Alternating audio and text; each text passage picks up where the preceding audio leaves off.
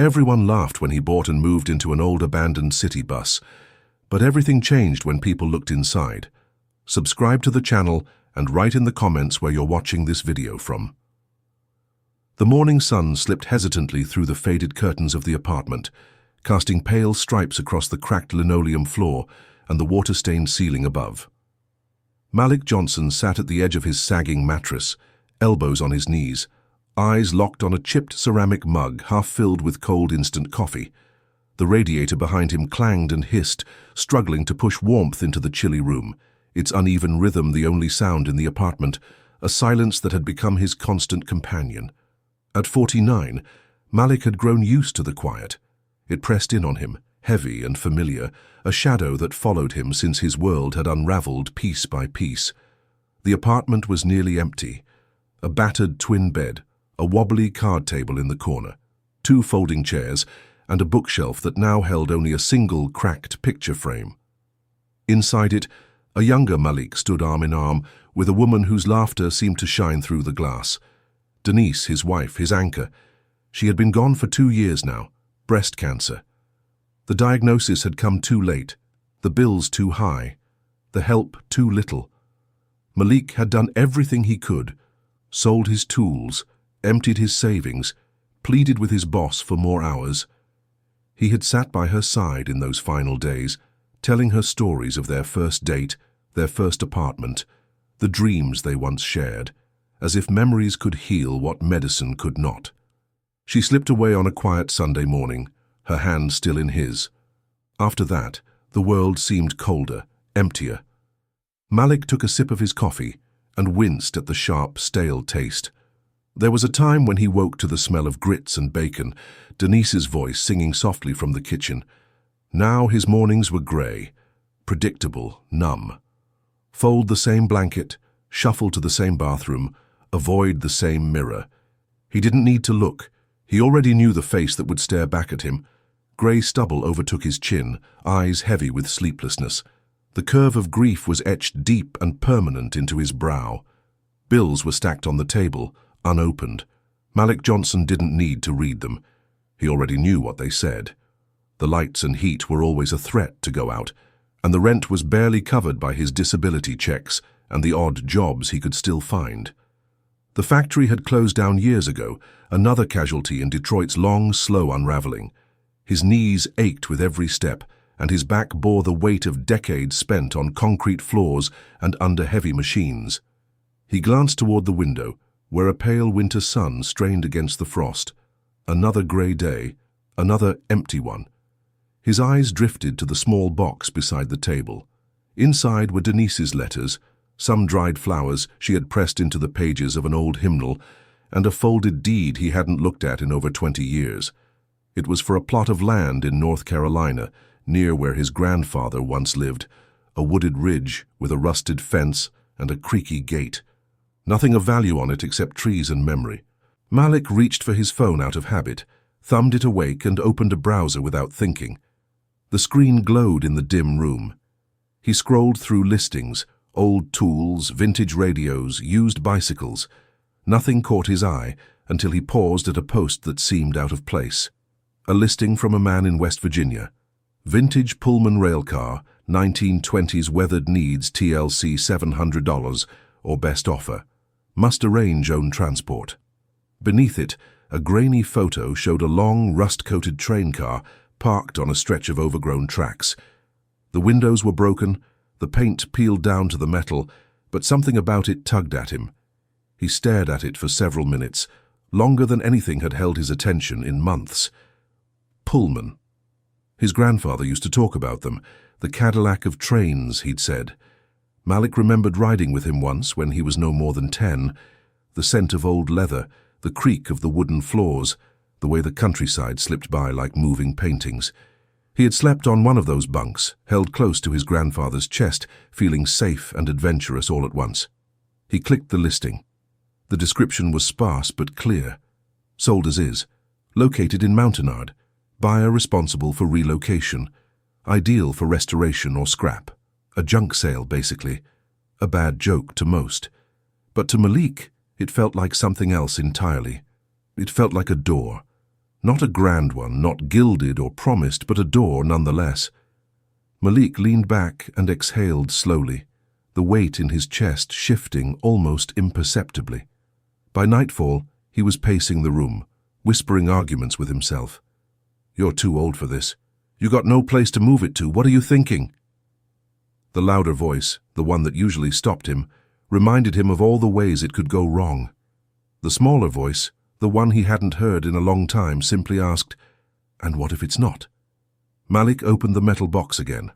The deed, the old land. It hadn't been touched in decades. He remembered being there as a child, watching squirrels dart between the trees, helping his grandfather chop wood. The memory was buried beneath years of concrete and city soot. But it came alive now, like a flare in the dark. Maybe the train car could go there. Maybe he could live inside it. Maybe he could build something, not just for shelter, but for himself. The next morning he made 3 phone calls. The first was to the seller.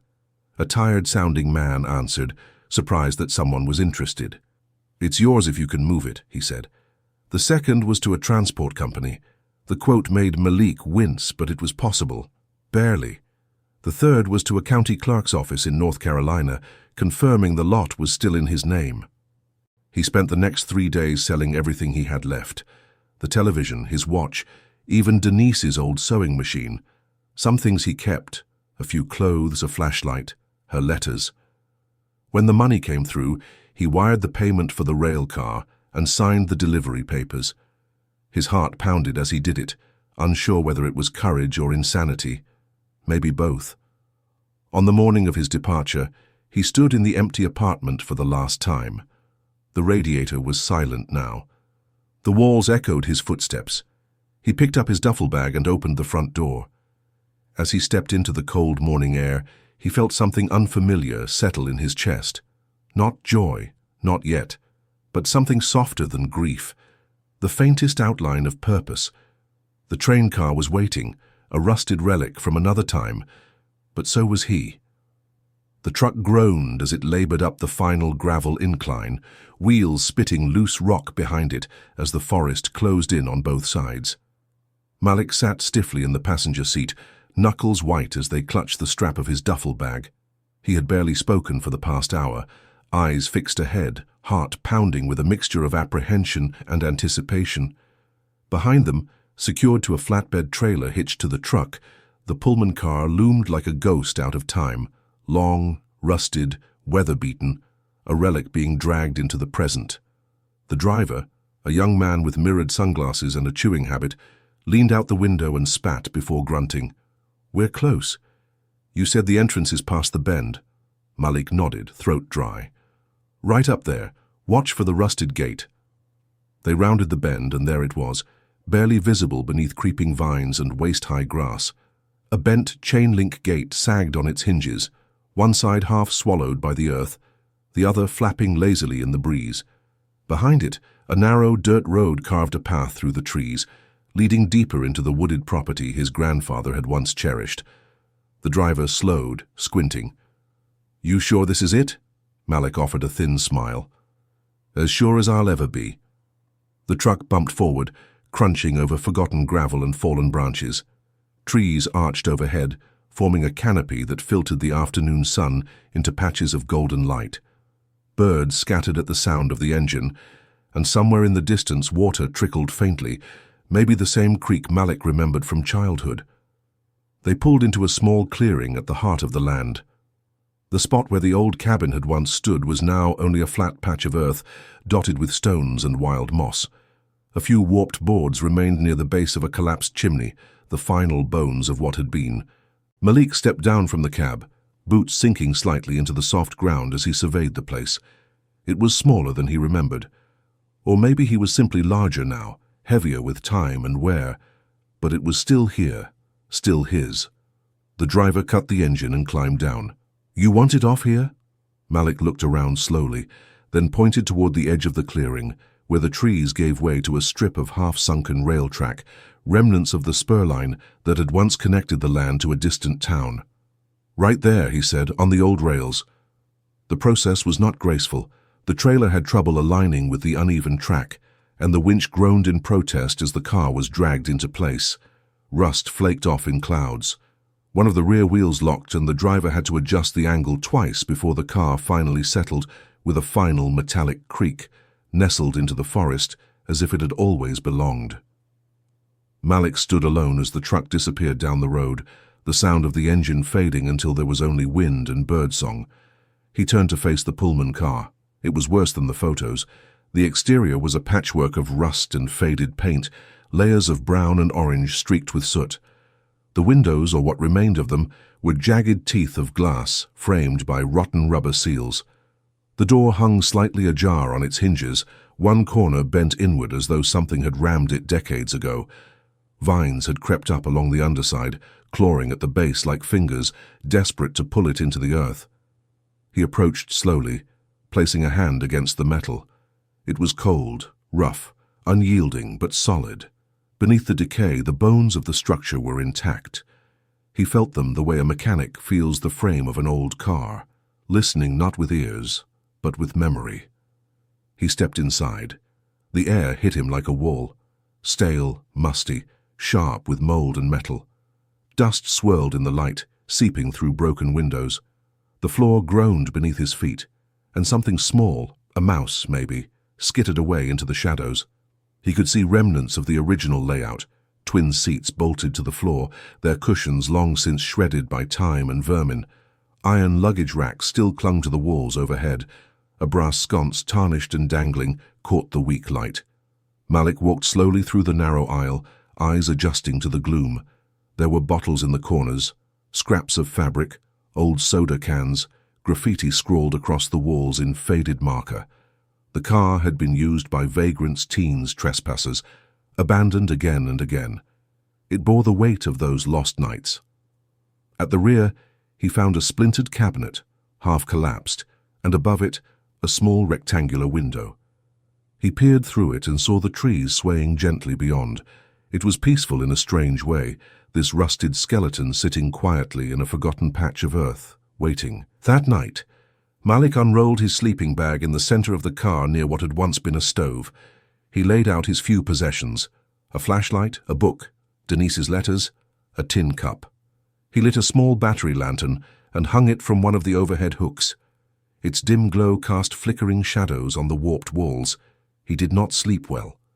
The night was cold, colder than he had expected, and the wind moaned through the gaps in the car like a voice crying out from the forest. Every sound startled him, the creak of metal, the groan of old wood, the skitter of unseen paws in the dark. He pulled his jacket tighter, curled on his side, and whispered Denise's name into the hollow silence. When he drifted off, it was into dreams laced with memory, her laughter in the kitchen, their son running through sprinklers, the heavy weight of her hand in his as the monitor flatlined. He woke before dawn with tears on his cheeks, the sky outside still clinging to its final stars. His breath fogged in the air. He sat up, bones aching, joints stiff. The lantern had died in the night. His body felt older than it ever had, used up, drained. But something deeper stirred beneath the fatigue, the shape of resolve. He stood and looked around at the car once more. It was broken, filthy, forgotten. But so was he. And yet here they were together. He moved to the door and stepped outside, the morning air sharp in his lungs. Mist hung low over the forest floor, and dew glistened on every leaf. He walked the perimeter of the clearing, collecting stones, measuring with his steps, planning. He made a list in his head. Clean the inside, clear the windows, patch the roof, seal the floor, one task at a time, one day at a time. By midday, he had built a small fire near the tracks and boiled water for tea in a blackened tin cup. He washed his face with cold creek water and began to sweep out the car with a salvaged broom he had brought from Detroit. Dust rose in clouds, coating his throat and eyes, but he didn't stop. He worked until his arms burned and his shirt clung to his skin. When he paused, sweat ran down his temple, but the floor beneath his feet was visible, solid, real. He ate canned beans and bread. He drank water from the creek, purified with iodine tablets. He began piling discarded debris near the edge of the clearing, broken metal, splintered wood, bottles. He sorted usable pieces, old bolts, hinges, chunks of paneling. He started a pile labeled possible. That evening, as the sun dipped below the trees and painted the car in hues of orange and gold, Malik sat on the steps of the Pullman and looked out at the land. It was quiet again, but the silence no longer felt empty. It felt earned. He didn't know what would come of this place. He didn't know if it would hold through the winter, or if he'd last more than a month in the woods alone. But for the first time in years, he had a plan, a direction, a thing to build, however small, and it was enough. Morning arrived with a low-hanging mist that clung to the trees like old memories. Malik stood outside the Pullman car, his breath fogging in the cool air, as he surveyed the clearing around him. The scent of pine needles and damp earth hung heavy, grounding him in the here and now. The fire he had kept through the night had burned down to grey coals, and he used a stick to stir it gently, coaxing a last flicker from the ash. He had made it through another night. It wasn't much, no insulation, no running water, no electricity. But for the first time in a long time, Malik felt something close to pride. Not in what the railcar currently was, but in what it could be. He saw it not with tired eyes, but with imagination, the way a sculptor sees a statue within stone. The same metal walls that once trapped cold and darkness could one day hold warmth, light, even peace. He believed that. He had to. After breakfast, crackers, canned peaches and lukewarm tea, he began pulling apart the heap of rotted furniture and scrap he had piled at the back of the rail car. Some of the debris was unsalvageable, torn cushions soaked through with mildew, panels warped beyond repair, and metal bars bent at impossible angles. But there were pieces he could use. He sorted them into neat piles, wood to be sanded, metal to be straightened, fabrics that might be washed and repurposed. He moved carefully. His joints weren't what they used to be, and every twist of his back or kneel to the floor was accompanied by a dull, familiar ache. He had never realized how much of himself he'd given away in those 30 years on the assembly line, until there was nothing left to hold up the machine.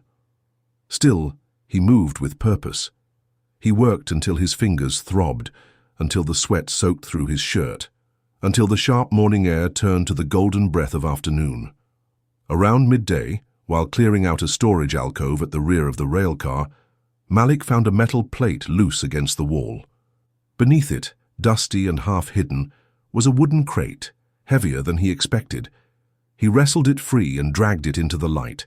The hinges groaned when he opened it, revealing a trove of hand tools, screwdrivers, hammers, chisels, files.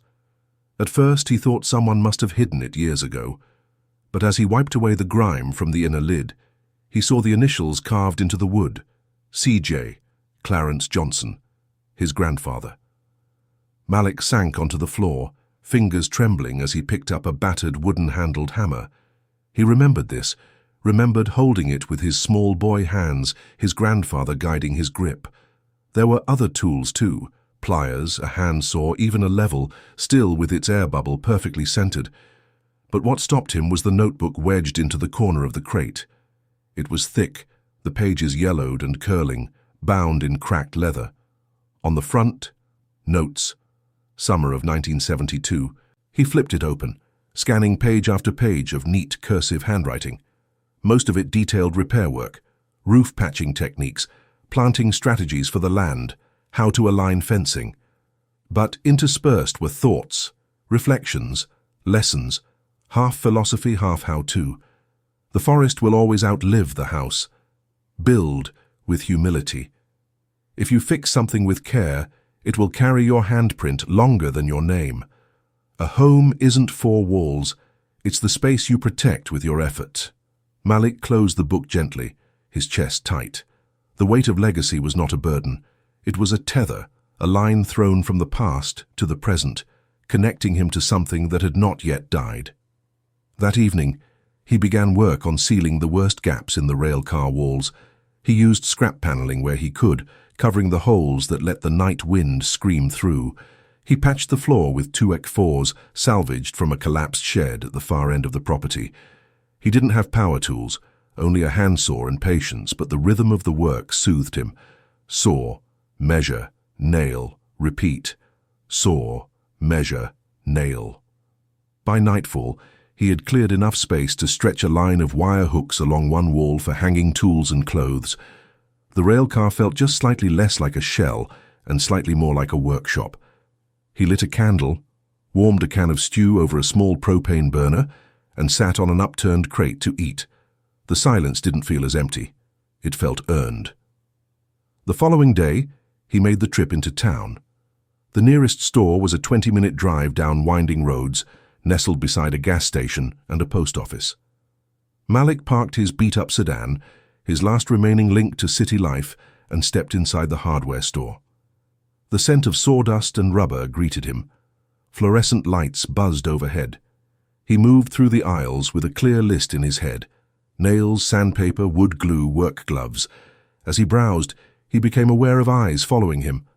A woman behind the counter, a middle-aged clerk in a red vest, watched him with a neutral expression that held the faintest undertone of suspicion. Another customer, a man in hunting gear, paused by the exit and gave Malik a once-over before walking out. He felt it like a chill in his spine. The silent question, unspoken but loud in the air: what's he doing here? At the register, the clerk didn't smile, didn't ask about his project, didn't say, "Have a nice day." She just rang him up, took his cash, and gave him his change without meeting his eyes. Malik took his bag and left without a word. Back in the car, he sat for a moment with his hands on the wheel, breathing slow and deep. It wasn't new. He'd lived enough years to know the difference between curiosity and judgment. He didn't let it take root. He just drove back. The forest gradually welcomed him again. That evening, as he unloaded supplies near the tracks, he noticed something out of place: movement in the trees, a flicker of color, a soft rustle. He looked up and saw a boy, maybe 10 years old, standing just beyond the edge of the clearing, thin, scrappy, wearing a backpack too large for his shoulders. He didn't move, just watched. Malik raised a hand in quiet greeting. The boy blinked, took a step back, then turned and disappeared into the trees. The next day, the boy returned. He didn't speak at first, just stood near the same spot, watching Malik plane down an old piece of wood. After a while, he crept closer. Malik didn't press him. He worked steadily, occasionally glancing toward the boy, but saying nothing. Eventually, the boy stepped up to the edge of the Pullman. "You living there?" he asked. Malik looked at him, setting down his tool. "Trying to." The boy nodded slowly. "Looks like a train." It was, a long time ago. There was a pause. I'm Trevor. My mom said someone moved in. Thought it was a crazy person." Malik smiled faintly. "Maybe she's not wrong." Trevor smiled back. From that day on, Trevor became a regular presence. He would appear late in the afternoon, sometimes with a snack in his bag, a granola bar, a juice box, and watch Malik work. Eventually, he began asking questions. Could he hold the hammer? Could he help measure? Could he learn how to saw straight? Malik taught him, patient and firm, correcting his grip, showing him how to respect the tool. Trevor soaked it up like sunlight. He was a quiet kid, but smart, and his fascination with the train car grew each day. When Trevor didn't show up one afternoon, Malik felt a strange hollowness, but the next day, the boy returned with something wrapped in foil. "My mom made sweet cornbread," he said. "She said to say, 'Thanks for keeping me busy.'" Malik took it with a nod. "Tell her she's welcome any time." He didn't expect her to come, but that weekend a tall woman in a blue sweatshirt and jeans walked into the clearing, arms crossed, eyes wary. Trevor walked beside her, bouncing slightly with excitement. "Miss Ellie," she said. "Trevor's mom." Malik stood up from the step he was building. "Malik Johnson. Pleasure." She scanned the clearing, the Pullman, the neat stacks of lumber, the careful organization of tools. Her gaze softened slightly. "He talks about this place all the time," she said. "I had to see it for myself." "You're always welcome," Malik replied. She smiled just faintly and turned to her son. "Don't forget your homework." Trevor rolled his eyes. As they walked back toward the road, Malik felt something shift in the air, a crack in the shell that had formed around this place, a connection. That night he sat by the fire with his grandfather's journal in his lap, Trevor's hammer beside him, and a full belly from cornbread and beans. The train car no longer felt like a burden. It was becoming something else entirely. Autumn came to the forest in slow, deliberate strokes. The air turned crisp, and the light shifted into a golden softness that filtered through the thinning trees like the glow of an old memory. Malik rose each morning before the sun, stretching stiff muscles and rolling his shoulders as the first chill reached under his collar. Smoke curled from the stovepipe at the top of the Pullman car, a thin grey ribbon that marked life where once there had been only rust and rot. Inside, the transformation was steady, not miraculous, not sudden, but real. The floors had been scrubbed clean and patched, sections covered in warm, sanded planks. One end of the railcar now served as a sleeping area, a cot with a thick wool blanket, shelves above holding a tin lantern, a stack of books, and a photo of Denise smiling at a picnic table in the early 80s. The other end had been turned into a sitting and workspace, where a handmade wooden table rested against the wall beneath the largest window, now refitted with salvaged glass panes that let in light like liquid. Curtains sewn by Miss Ellie from old fabric scraps framed the view. On the wall beside the door, Malik had mounted his grandfather's tools with care, as if each one was an heirloom in a museum. Outside, he had cleared a path from the track to the dirt road, laying flat stones and lining the edges with river rocks gathered from the nearby creek. He built steps leading to the rail car's sliding door, added a small platform for sitting in the afternoon sun, and hung a wind chime that sang softly with the breeze. Even the outside of the Pullman had changed. The rust had been scrubbed, the metal sanded and primed, and layer by layer Malik had painted it in hues of deep forest green and old brass gold. It gleamed now beneath the trees, not like something new but something respected, like a story retold with care. It was on one of those bright mornings, with birds chirping nearby and leaves crunching underfoot, that Trevor asked his first real question. "Did you ever ride one of these for real?" Malik looked up from where he was polishing one of the brass lantern hooks, a faint smile touching his lips. "A long time ago. My grandfather took me once. I was about your age." Trevor's eyes widened. "What was it like?" "What?" Malik sat down on the wooden crate beside him, brushing sawdust from his jeans. "It was loud. The tracks rattled under your feet. Everything smelled like oil and iron, but it was exciting, magical even. Back then, riding a train meant you were going somewhere, and everyone, white, black, rich, poor, they all shared that sense of journey, though not always equally." Trevor frowned. "What do you mean?" Malik paused. The weight of history sat heavily in his chest. "Back then, people who looked like me had to sit in certain cars, sometimes the worst ones.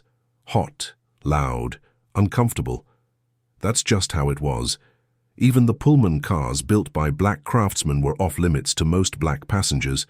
We built them, but we couldn't ride in them like everyone else." Trevor was quiet for a moment. "That's not fair." "No," Malik said softly. "It wasn't." They sat there in silence for a while, the wind moving gently around them, as if giving space for what had been said to settle.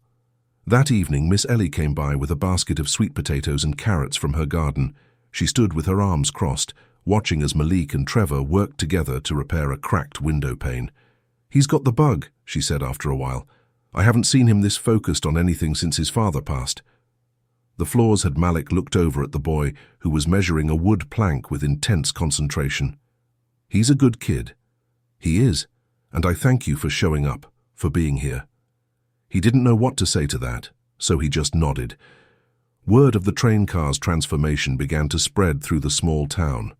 First, it was Ellie's friends at church, then a few folks from the local co-op.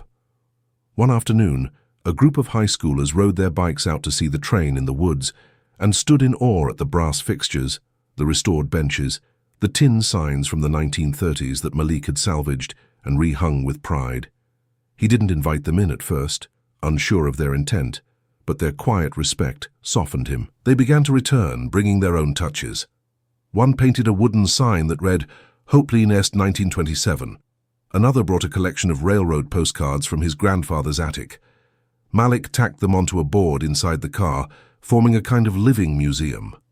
One boy, a tall, lanky student named Lucas, came back with a gift, an old oil lamp with a broken base. "Figured you might know what to do with it," he said.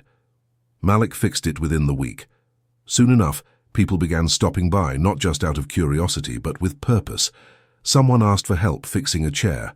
Another, a single mother, needed assistance replacing a door hinge. A retired couple brought canned peaches and sat on the platform to hear Malik tell stories about the history of Pullman porters and how they shaped the early black middle class through dignity and backbreaking labor. It turned into something more than he could have imagined. Not just a home, not just a project. It was becoming a place of meaning. Yet even in this season of quiet growth, the past refused to stay buried. Malik hadn't spoken of his son in years. Not to Ellie, not to Trevor, not even allowed himself to think about it. But one night, as he sorted through an old toolbox, he found a photo tucked into the corner beneath a rusted wrench. It was worn and creased, but the image was clear. Malik Jr., 17, in a cap and gown, his mother's arm around his shoulders, Malik beside her smiling but tired. He sat staring at it for a long time. The boy in the picture had grown into a man somewhere out there in the world, a man who had once looked at his father with both love and fury. Their last conversation played in his mind like a tape he could never erase. "You gave everything to her and left me with nothing. She was dying, son. And what was I doing? Living alone in my own house, I didn't know how to do both." The silence that followed that final argument had stretched across years. Malik had thought of calling, of writing, of apologizing, but pride and guilt formed a wall too thick to scale. Now, holding that picture, he felt the ache of distance more than ever. The next day, as he hammered a new bracket into place near the door, a weathered envelope fell from the shelf above. It had been tucked into the pages of Denise's old Bible. Inside was a letter, unfinished, meant for Malik Jr. It had no date, only a few lines in Denise's delicate handwriting. "If you're reading this, then I'm already gone. But please know your father loved you more than he could say. Sometimes love is quiet, son. Sometimes it looks like sacrifice. Be gentle with him if you can." Malik stood still for a long time, the letter trembling in his hands. That night he sat at his small table, lit the lantern, and opened a blank page in his journal. He began to write. Not a masterpiece, not an apology with all the right words, but something honest. A story of where he had gone, what he had done, what he had built, not from money or success, but from pieces of memory, stubbornness and need. He didn't know if Malik Jr. would ever read it or care, but it was time to write it anyway. He folded the pages carefully and slid them into an envelope, scrawling a name he hadn't written in years across the front. Then he placed it beside the lantern, let the candle burn low, and sat quietly with the sound of the forest breathing around him. Outside, the wind caught the wind chime, and the Pullman car hummed like an old engine warming to life. The envelope sat on the table for 3 days. Malik didn't touch it. He saw it every morning when he lit the lamp, every evening when he laid down to sleep. Its presence was like a quiet guest in the room, one that asked no questions, made no demands, yet filled the space with expectation. He had written the letter in a fit of clarity, fueled by emotion and late-night stillness, but the act of sending it required something else entirely. Courage, maybe, or humility, or a willingness to reopen a wound he had spent years trying to ignore. He wasn't sure yet if he was ready, so he focused on what he did know how to do. He worked from sunrise to sundown. He made things better, stronger, cleaner. He built a pair of steps leading up to the rear door of the Pullman car, with a sturdy railing and a place to sit. He scrubbed the brass nameplate on the side of the car until the letters gleamed through the patina. Pullman Standard Number 47. He arranged the salvaged train benches around a small circular table he had fashioned from a discarded cable spool, and lacquered until it shone like maple. He hung a small sign above the front window, hand-carved from cedar and painted in bold, steady letters, Hope Line. The rail car no longer looked like a ruin. It looked like a destination. Word of the place spread further. Ellie's friend from church, a retired librarian named Mrs. Henderson, asked if she could donate a few old books. When she arrived with 3 full boxes of gently worn volumes, ranging from Mark Twain to James Baldwin, Malik cleared a shelf immediately and began organizing them by hand, spines outward, like a proper reading room. A woman from the community garden brought fresh herbs and clay pots, which he arranged outside the rail car's steps. 2 teenage girls delivered a colorful quilt they had sewn together at school, draping it over the cot inside with pride. Visitors became common. People arrived not just out of curiosity now, but with purpose. They brought gifts, stayed to talk, and sometimes even returned with their families. Someone suggested Malik hold a storytelling night. He didn't say yes right away, but when a third neighbor mentioned it in the same week, he finally agreed. On a cool Friday evening in early October, the woods filled with the soft shuffle of footsteps and the hum of voices. Malik had placed battery-powered lanterns along the path, their warm yellow glow lighting the trail from the road to the train car. Folding chairs ringed the clearing. A fire pit crackled in the center, its glow casting dancing shadows on the trees. Inside the Pullman, the table was cleared and covered with hot cider, cornbread, and Ellie's famous molasses cookies. Malik stood at the doorway as people filtered in. He greeted each one with a handshake or a nod, smiling quietly as their eyes widened at the interior. Wood-paneled walls, hanging lanterns, curtains fluttering softly at the windows, shelves of books and tools and history. It wasn't grand, but it was deeply personal, and it made people feel something. He began the evening with a story about his grandfather, a tale of how he once built a canoe from scrap wood and stubbornness, and how it nearly sank halfway across the lake. The crowd laughed. Later, Ellie told a story about a Thanksgiving dinner ruined by a wayward possum. One by one, others shared memories, jokes, and anecdotes. The firelight grew lower, and the air cooled, but no one left. When the last of the guests drifted off into the night, Malik stood alone in the clearing, hands in his pockets, watching the smoke trail into the stars. He felt full, not of food or pride, but of presence. For the first time in a very long time, he felt undeniably connected, not just to this place, but to others. That weekend, the local elementary school called. One of the teachers had heard about the Pullman project through a student's parents and wanted to know if Malik might be willing to host a field trip. "They're learning about American history," she said, "railroads, Reconstruction, the civil rights movement. It might be good for them to see a piece of that up close." He hesitated at first. He didn't think of himself as someone who lectured children, but Trevor was quick to advocate.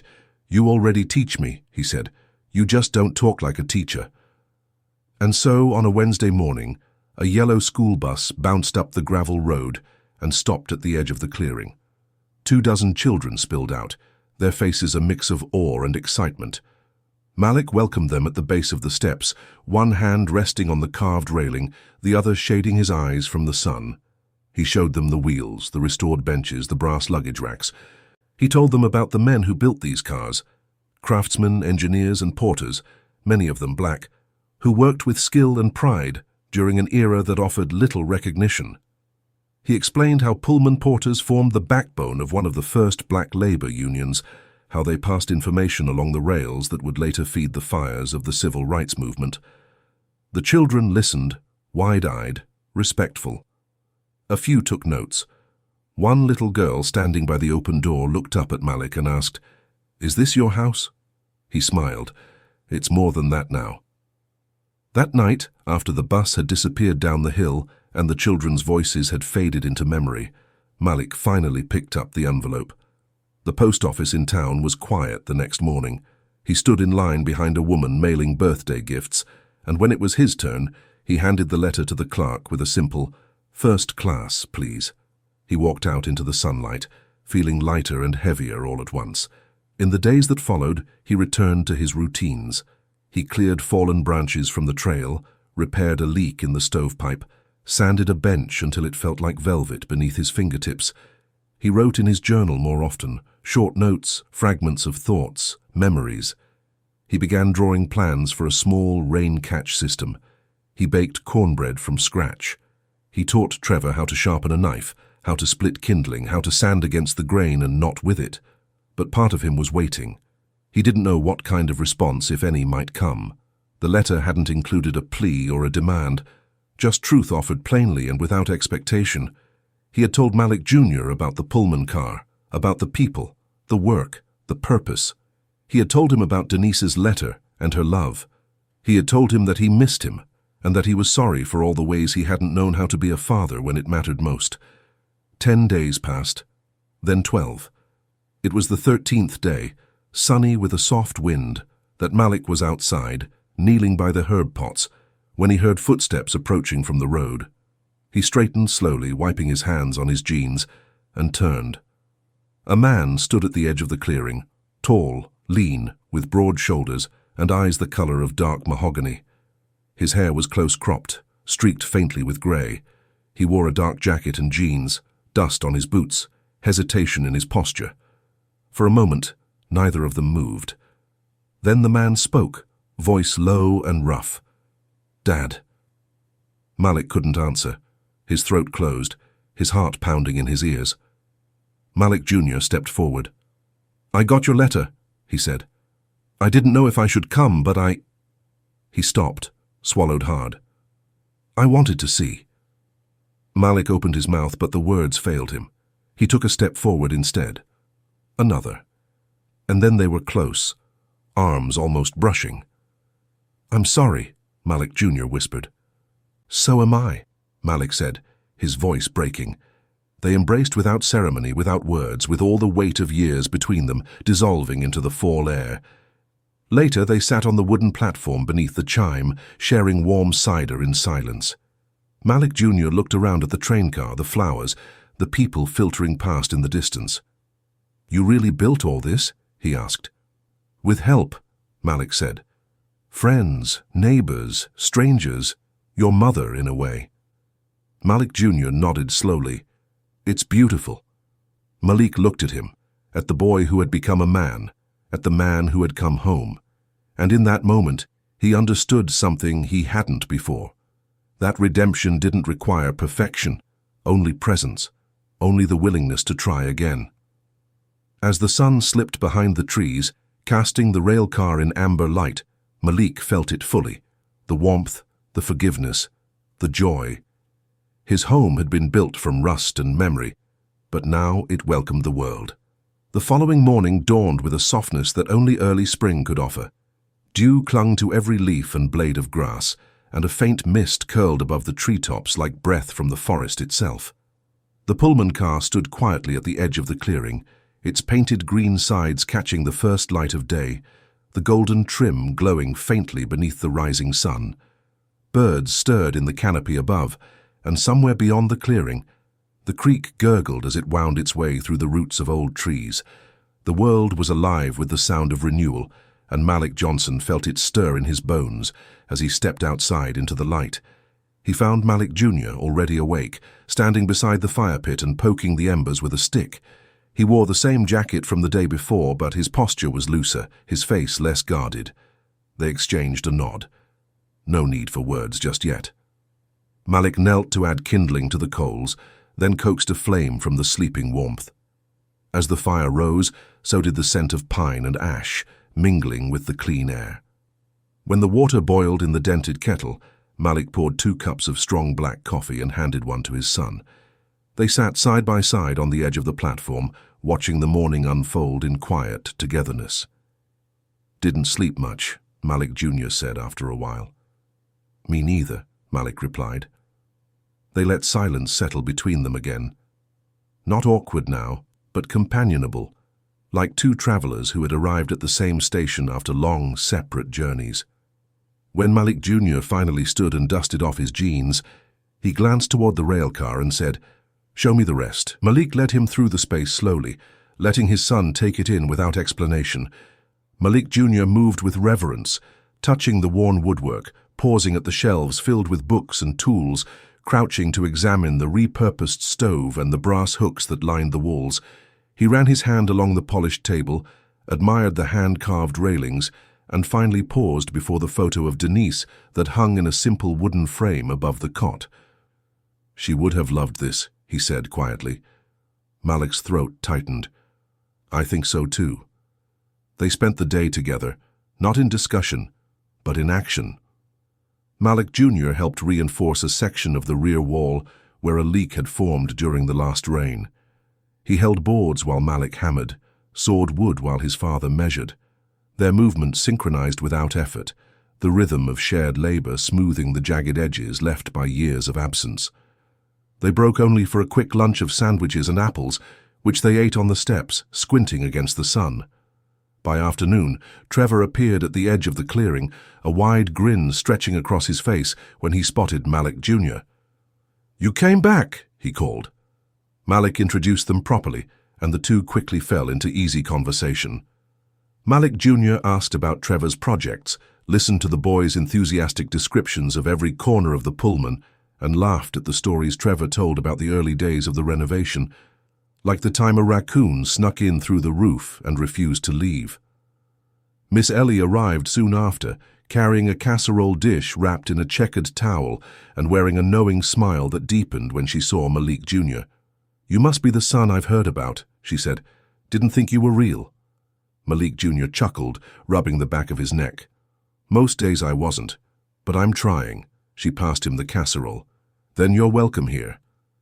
That evening more people arrived, neighbors, school children, elders from the church, drawn not by a formal invitation, but by the magnetic pull of a place transformed by care. Lanterns lit the path, folding chairs surrounded the fire pit. Plates of food appeared on the table inside the Pullman, brought by different hands, different families.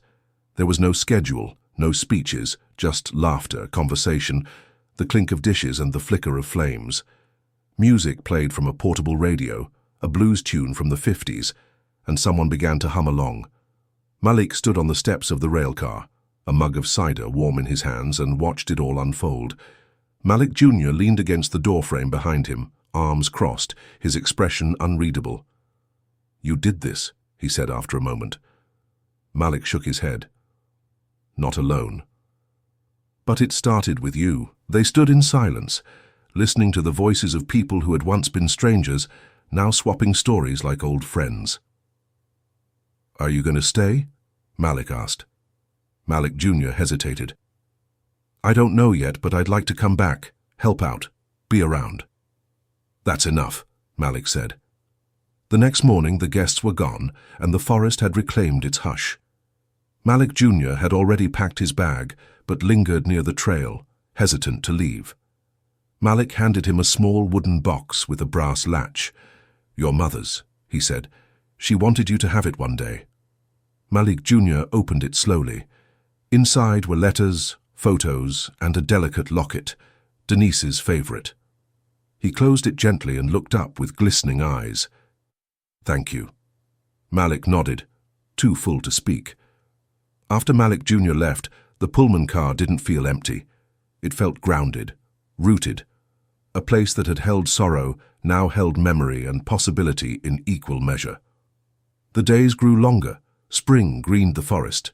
Trevor brought friends who wanted to help build a rain catch system. Ellie started a community book swap with the Pullman's growing collection. A local artist painted a mural on the side of the rail car, an image of a tree growing from train tracks, branches spread wide, cradling stars. Malik added one final touch, a wooden plaque near the front step, carved with steady hands and sealed with oil. It read, "Pullman Hope 407, for those starting from scratch." One afternoon, a group of students gathered at the foot of the platform, notebooks in hand. Their teacher, a kind-eyed woman in glasses, introduced Malik as the steward of a living history. He didn't know what to say to that. So he invited them inside, poured lemonade into 10 cups, and told them about rust and loss, and how even a man with nothing can build something that matters. He didn't speak of tragedy. He spoke of change, of hands that fix what's broken, of how sometimes the past isn't a burden, but a blueprint. And when the students left and the forest grew quiet again, Malik sat by the fire and opened his journal. He wrote, "You can't undo what's been done, but you can choose what grows from it." He closed the book, looked toward the old tracks that once led nowhere, and saw a future rolling quietly forward. The rail car stood behind him like a heart beating steadily beneath trees, its walls full of stories, its roof open to the sky. It had been forgotten once, left to rot, but not anymore. It was home, and it was ready for the next soul in search of a place to begin. If you enjoyed this story, don't forget to subscribe to the channel so you won't miss our upcoming videos. Hit the notification bell to stay updated with all the latest content. Be sure to watch our next videos and explore other stories on the channel. And please share this video with your friends. It really helps us grow and bring you more great stories. Thanks for watching.